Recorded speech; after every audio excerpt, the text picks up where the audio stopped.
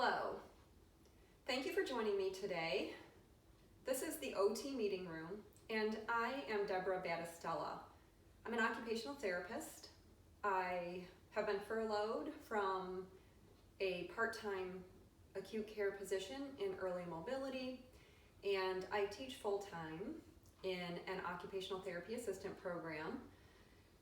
And I am also the fieldwork coordinator. So I come to you today with the topic of student S.O.S, how to get unstuck. So before I get into this presentation, I want to say a couple things. First of all, I am not a mental health practitioner. I do not provide mental health services. So if during the course of this presentation I mention people telling me they're not okay, people feeling very badly to the point where they're not able to function, if that's you, I encourage you to seek professional help. And if you're feeling extremely desperate, call 911. Otherwise, reach out to a mental health counselor, your physician, a friend, someone who can help guide you if you're having a difficult time thinking about what it is that you need to do.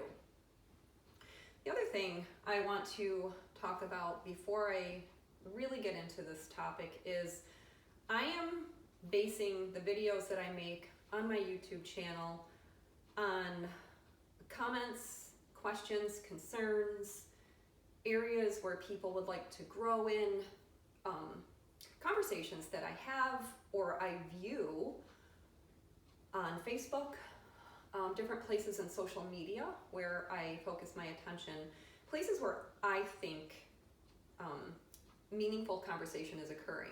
So I'm basing the content for the videos on concerns that I see people having and focusing on topics where I think I can help provide some insight or at least a little bit of guidance to get you moving into another direction. So with all of that being said, these are my notes for today. I have a few more notes on my desk, which is the floor, because this meeting space today is my living room. And I want to be sure to include some important topics, but at the same time, I want this to be like a conversation that flows. And I know it's a one-sided conversation because there's no one here with me, but this is a little bit of insight into the way that my brain works.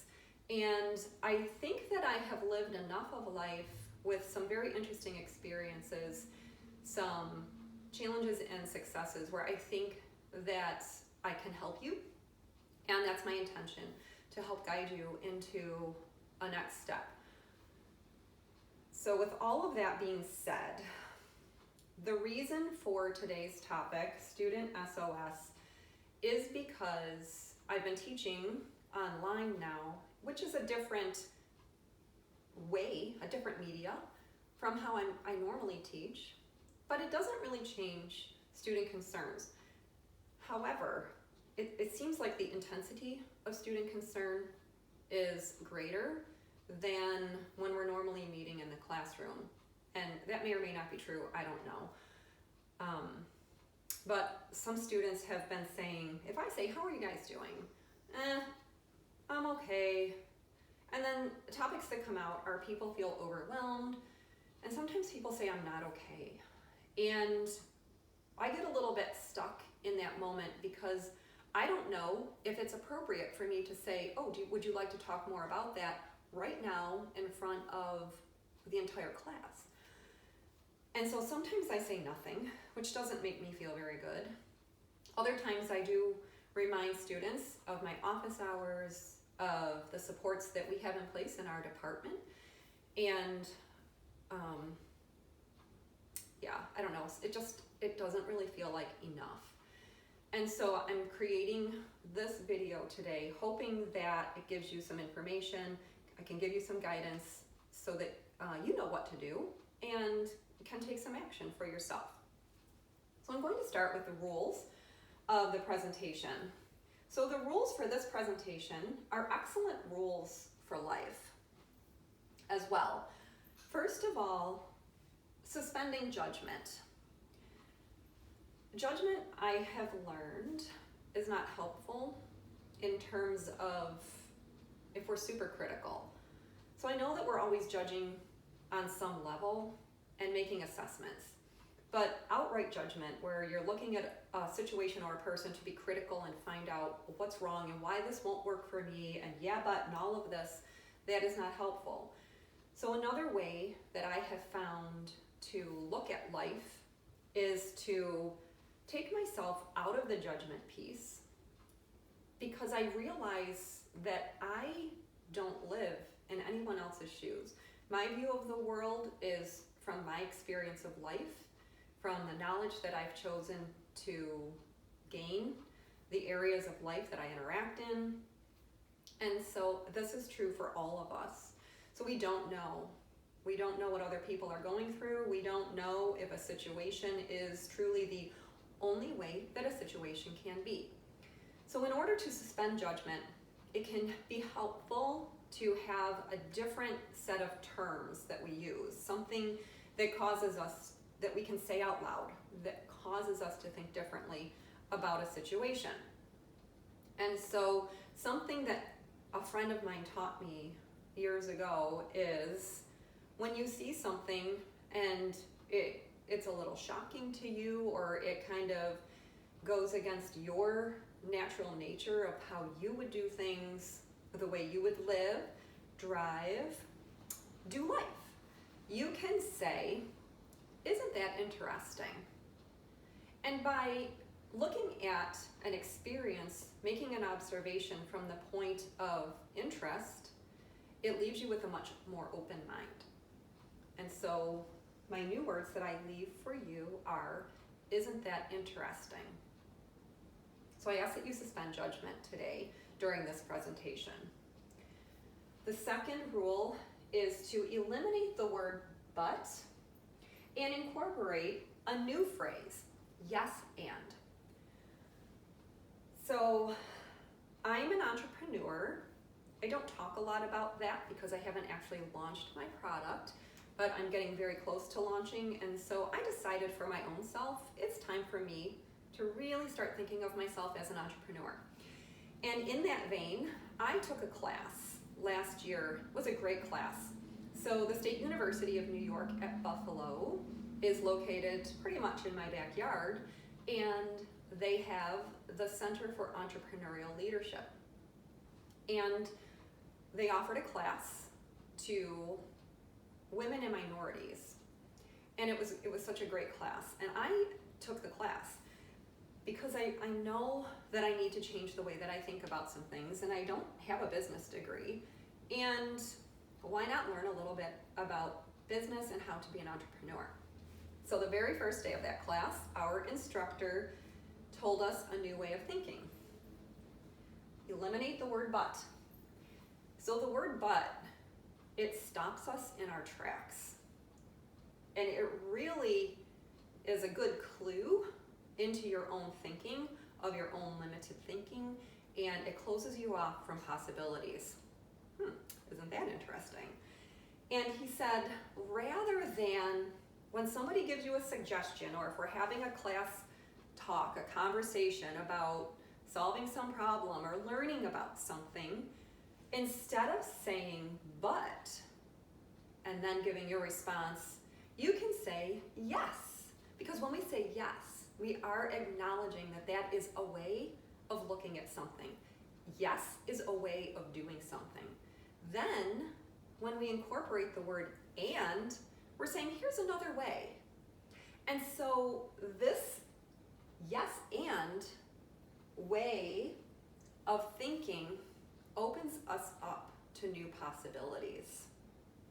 And that feels really good, knowing that you have possibilities. So if we're thinking about the reason why I'm doing this talk, Student S.O.S, how to get unstuck, we can often, when we feel stuck, feel like we need help, we might identify within ourselves that we're looking at a problem only one way. There's your hint, one hint. So, okay, so that's about the rules. So no judgment And we're going to eliminate the word but, and we're going to add new words to our vocabulary, yes and. So number 2, I want to share with you my story and why it's important. Now I know you're looking at the rest of these topics, so I will just go over them with you. We're going to talk about airplanes and oxygen, and then I'm going to give you some next steps that you can take, because I'm a firm believer that action is what we need to do, and something that I have learned as an instructor and also just making observations as an occupational therapy practitioner is the application piece of anything new that we learn that's the hardest part. And I currently have a business coach, and my business coach says quite frequently, action creates clarity. And part of the reason we feel stuck or we need help is because we're unclear. We're unclear on how do we get here, we're unclear on a next step to take, and the whole feeling of overwhelm, it just kind of clouds our head and our thinking, and it makes it difficult to take a next step. But if I give you some action steps, and if you take them, then you will get some clarity into your situation. Okay, now I'm going to share a little bit about my story, and I'm going to tell you why it's important. So I'm going to get a little bit vulnerable right now. I'm going to put myself out there and share parts of my life that I don't often talk about to people. And the reason I'm going to do this is because it's easy for us to look at another and see all of the good things that someone else is doing and think it's easy for them, and think that they were born with a silver spoon in their mouth, and think all kinds of things in these stories that we tell ourselves that make another person seem very great and better than us, and stories that we tell ourselves about ourselves that keep us in a lower state, in a place of less than and not good enough. And it's not true. Everyone deserves an equal chance. Everyone has greatness within them. Sometimes we find it hard to find our own greatness.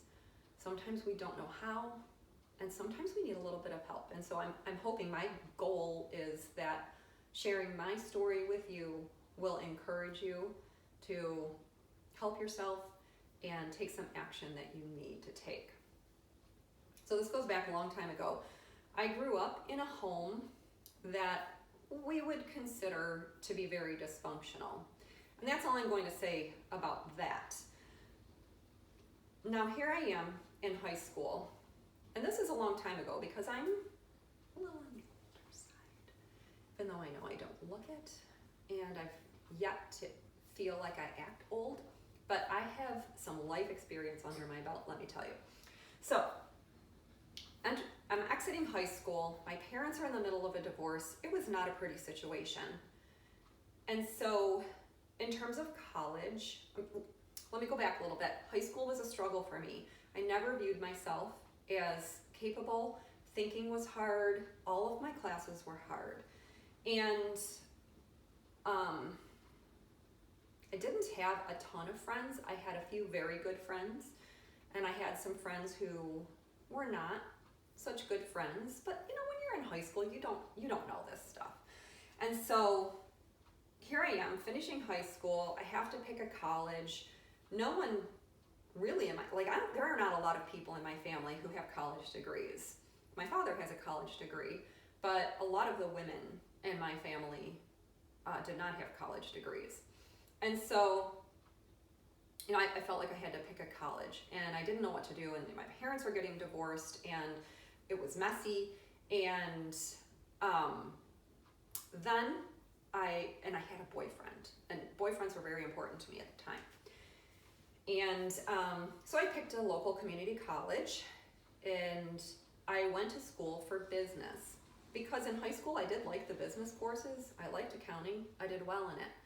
Well, I learned that first year that you really should go to class, because going to class is a good first step towards knowing what's going on in the class and your success in the class. Now, I did mention that I had a boyfriend, and we liked to do things, and there were many days that doing something with my boyfriend, going out with my friends, was more important for me at the time. I placed a higher priority on doing those things, and I missed a lot of class. Fear of missing out. It's a problem that a lot of us have, and a lot of us bring this into adulthood. I'm just saying that. So, needless to say, I did not do well that semester. In the middle of that semester, my mother died, and so it was me and my brothers. Things were not good with my dad. So family dynamics were happening at the time, and so there was all this life stuff going on. So I decided then to not go to school full-time, and I took a part-time class. Well, then I took one class. I went part-time. I didn't take a part-time class. I went to school part-time, and I did fine. I did fine in that. But then things were more challenging. I was 19, and my next youngest brother left the state. My little brother was still in high school, so I was trying to manage all of this stuff. And so I just decided to quit school and go to work full-time. So then another step that I took towards my life that I thought would be a great step in my life was to get married and have a family. And you can probably imagine that my marriage wasn't that great because I didn't have good role models. And so then let's fast forward a number of years later when I had just had my third child, and I knew that the marriage wasn't going to last. And so I decided I better go back to school. And so when I went back to school, first I thought I would be a physical therapist, but then I learned you have to do calculus. And I was like, oh God, no, not math. No, thank you. So then I was like, oh, I don't know what I'm going to do. And a friend told me about the occupational therapy assistant program. Sounded exactly like things that I love. And so I went to go register, and I found out that my GPA wasn't high enough to get in. Well, interesting experience and a turning point in my life. I had to make a choice. Am I going to learn what steps I can take to get in the program, or am I going to walk away and say this isn't for me? I decided to face the problem, learn the steps that needed to be taken, and I took them. And so now, fast forward, I went through that program. I did very well in that program. Was it easy? No. Did I learn a lot about myself? Yes.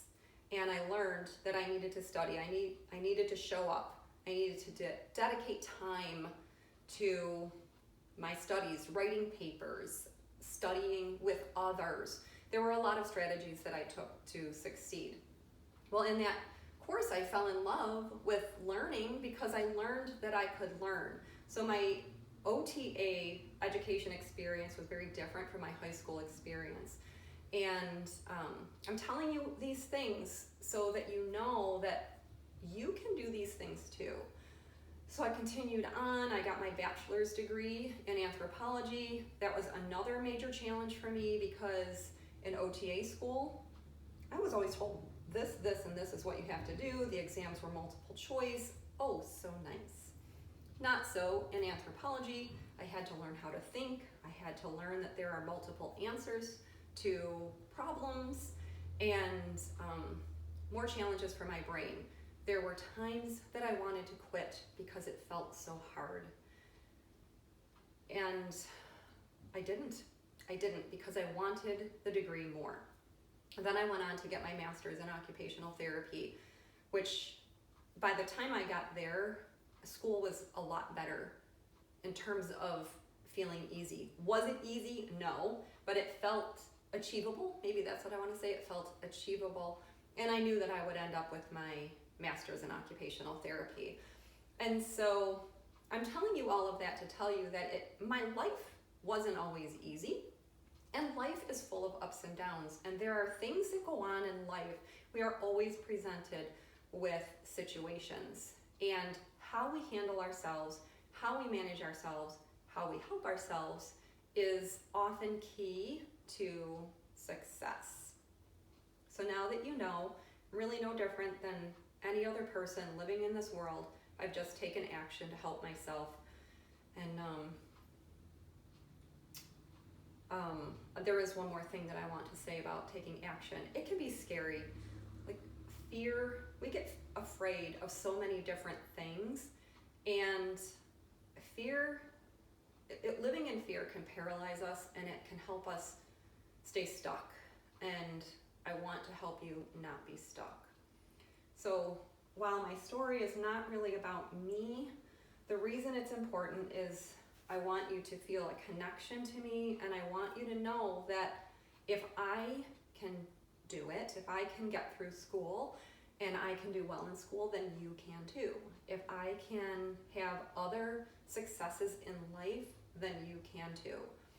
So let's move on now. Let's talk about airplanes and oxygen. So I have right here on my desk a picture of the airplane manual, and where they talk about every time you're on an airplane, if you've never been on an airplane, I'm sure you've seen movies about airplanes, and when it's just taking off, they have the talk with us about cabin pressure changes. And if the cabin pressure changes, then the oxygen masks will drop down. Step number 1 is to put your own oxygen mask on first. This is essential. Oxygen is necessary for life. And the reason they want you to put your own oxygen mask on first, if you need to help others, is because without oxygen for yourself, you will soon not have the ability to help another individual. So you probably now have figured out where I'm going with this. A lot of people choose occupational therapy programs to help others because they want to help others. Students tell me this all the time. I've heard it for years. We can't help anyone else until we learn how to help ourselves. So and there's another reason why I want to say this too, is because in our society, in our culture, we're always talking about helping another. Sometimes we're fixing other people because we don't think they're doing it right, or all the myriad of reasons why we want to help or fix another person. Well, here we go. We're in school and now you're struggling, and so you can't help anyone else as an occupational therapy assistant, as another student, until you help yourself. So it is essential that you help yourself. And it is not selfish. I want you to know that it is not selfish to help yourself. When you are struggling through your program, when you are struggling through a class, you might think that showing up to class and just sitting there is doing something good. Well, it is on a level because you're present and you're there, but if you're not contributing to the class, you might be taking away from the class. And there are so many reasons why people don't contribute. I mean, some people are afraid to speak up, and I get that. So I try not to force contribution too often, but in my classes, I do have projects where people are encouraged to work together, where people have to work together.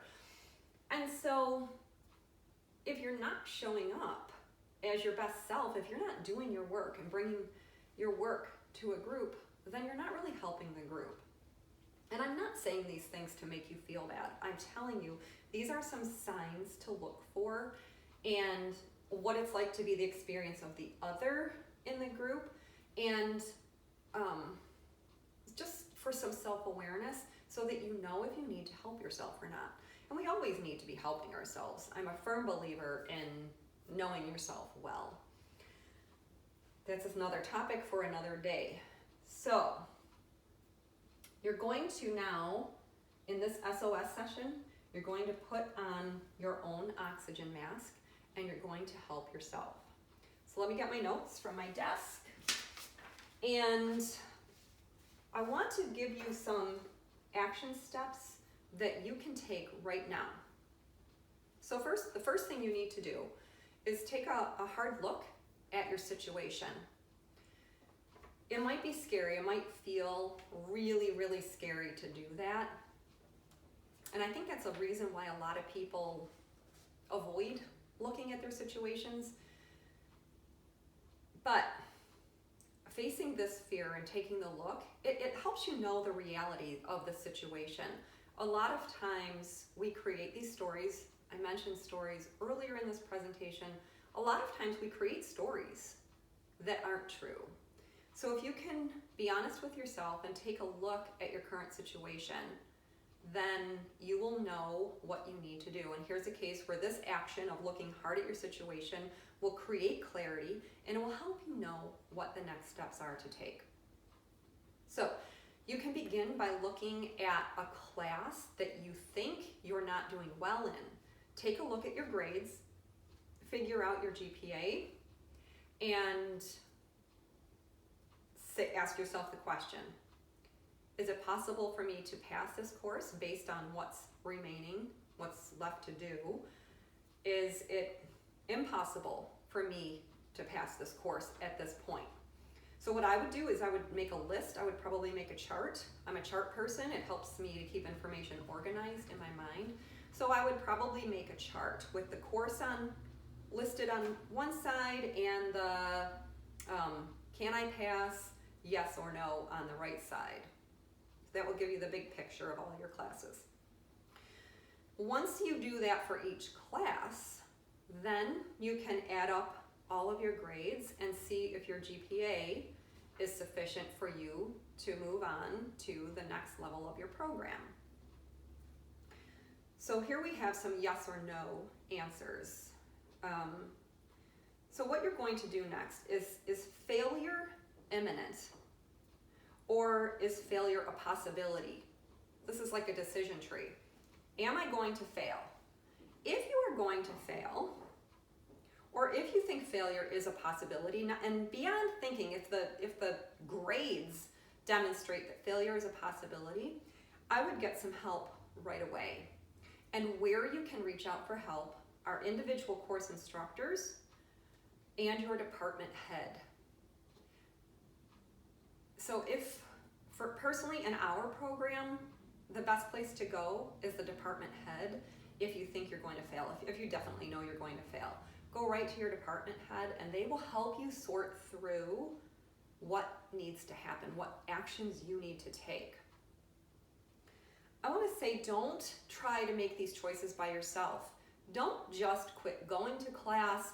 Don't just withdraw yourself. Speak to your department head.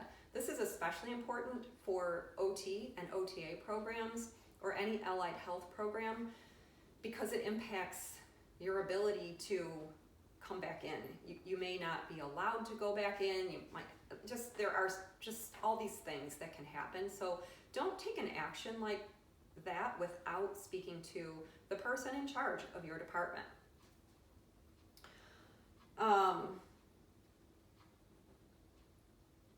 So now there's a third question that you can ask yourself. So is failure imminent, yes or no? Is failure a possibility, yes or no? Are you looking at your current GPA and it's not what you'd like it to be? Are you being hard on yourself? So there are a whole bunch of other questions that you can ask yourself, and they're not as, they can just help you go through school at a more calm and enjoyable pace. If your GPA, that's your overall GPA, is fine, then take a deep breath and keep taking steps forward. If you have a class that's not where you want it to be and it is affecting your overall GPA, you can take another look at how you're viewing yourself and your school situation.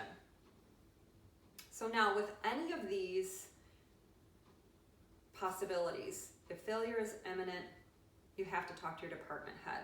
If failure is a possibility or you're just not happy with your overall GPA, I want to ask you to take a look at your own self and what you are doing to help yourself in your program. I know at the college that I teach at, we have several different departments that support students. So we have the Student Access Center, and that's where students get accommodations. They can get accommodations for testing, for note-taking. I don't even know what all of the accommodations are, but that might be a place where you want to go.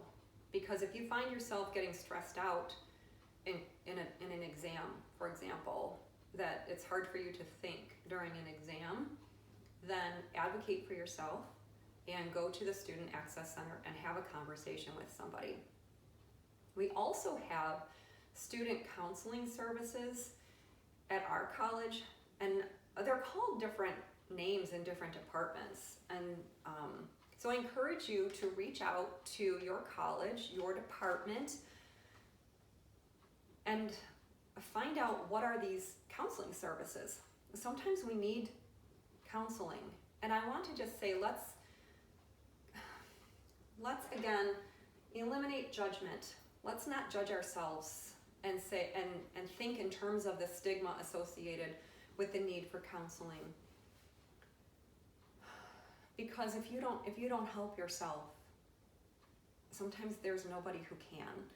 So I would reach out to the counseling services and find out where can you get this help. I know our campus is a JED campus, and that is bringing more mental health services and supports to students. We have counseling on campus. It's not through the JED Foundation, I don't think, but don't quote me on that. So take a look at your college and find out what services are available that can help support you. There's also the spiritual care department. And some people might think, oh, that's a silly place to go to get help, but not really. Because if you are spiritually minded, if you're religious, then a lot of people draw comfort and help from seeking guidance from people who are spiritually minded and through their faith. And so that might also be a department that you can access on your campus. There's a little something else that I wanted to talk about. Oh, yes. So the area of self-help.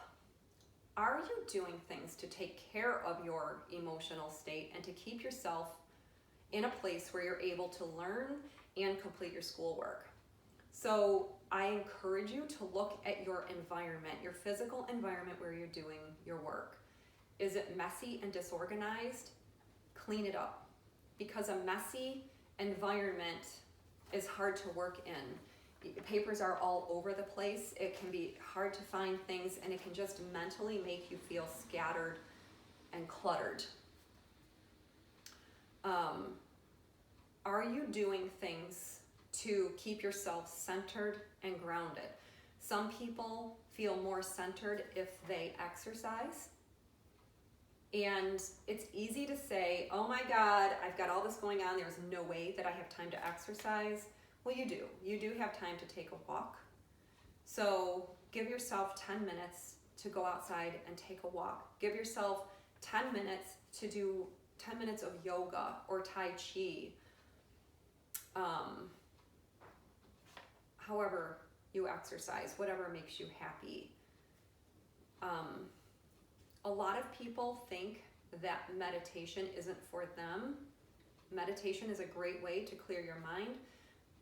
And so I encourage you to find some guided meditations. There are guided meditations that go from a minute to as long as you want.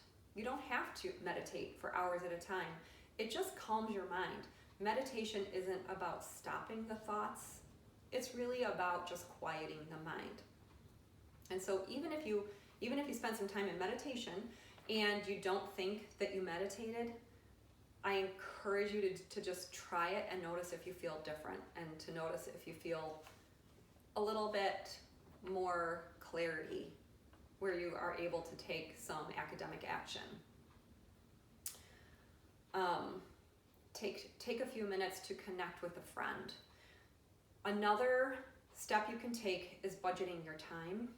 And I know this is easy for me to say, it's easy for us to say as instructors to students, but one strategy that has worked very successfully to me is to give myself 20 minutes. Study for 20 minutes and then walk away.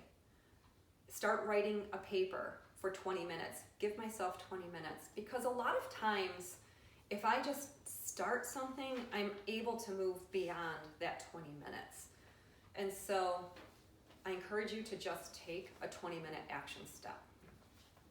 All right, I'm going to end there because I don't want to overwhelm you. I hope you feel like you have a plan for moving forward and advocating for yourself, helping yourself. So to recap, try not to judge yourself. Try not to use the word but, this doesn't work for me. Instead say, yes, that is something that I currently do, and I would like to try A, B, C, or D. Remember that you're not alone. I want you to know that you're not alone, and it is possible to be successful. You have to help yourself. You have to help yourself first. So what can you do to help yourself? You can take a look at your current situation and determine where you stand. Once you know where you stand, you can take some very specific steps to help yourself. If you feel like if you think you're going to fail, if it looks like you're going to fail, contact your department head ASAP. If you're not sure if it could go either way, reach out to individual instructors and your department head right away. Advocate for yourself if you have some learning challenges. This does not mean that you had an IEP when you were in school. This does not mean that there is something inherently wrong with you. It just might mean that you learn a different way. So reach out to student support services to get yourself the help you need, whether it's for testing and note-taking and any other services that are provided, or if you're feeling extremely overwhelmed and that your mental health is not stable, get mental health help right away. If you feel like your mental health gets in the way, but it's not negatively impacting your life to the point where you can't function, but you would like to function better, reach out to the mental health people on your campus, reach out to spiritual care, reach out to a friend. Clear your study space and your workspace, get that organized, and give yourself the 20-minute rule. 20 minutes to study or 20 minutes to start writing a paper. Thank you so much for watching. It is my sincere hope, my sincere desire that you are able to do what you need to do to help yourself, and that you go on to become the great occupational therapist or the great occupational therapy assistant that you feel destined to be. Make it a great day.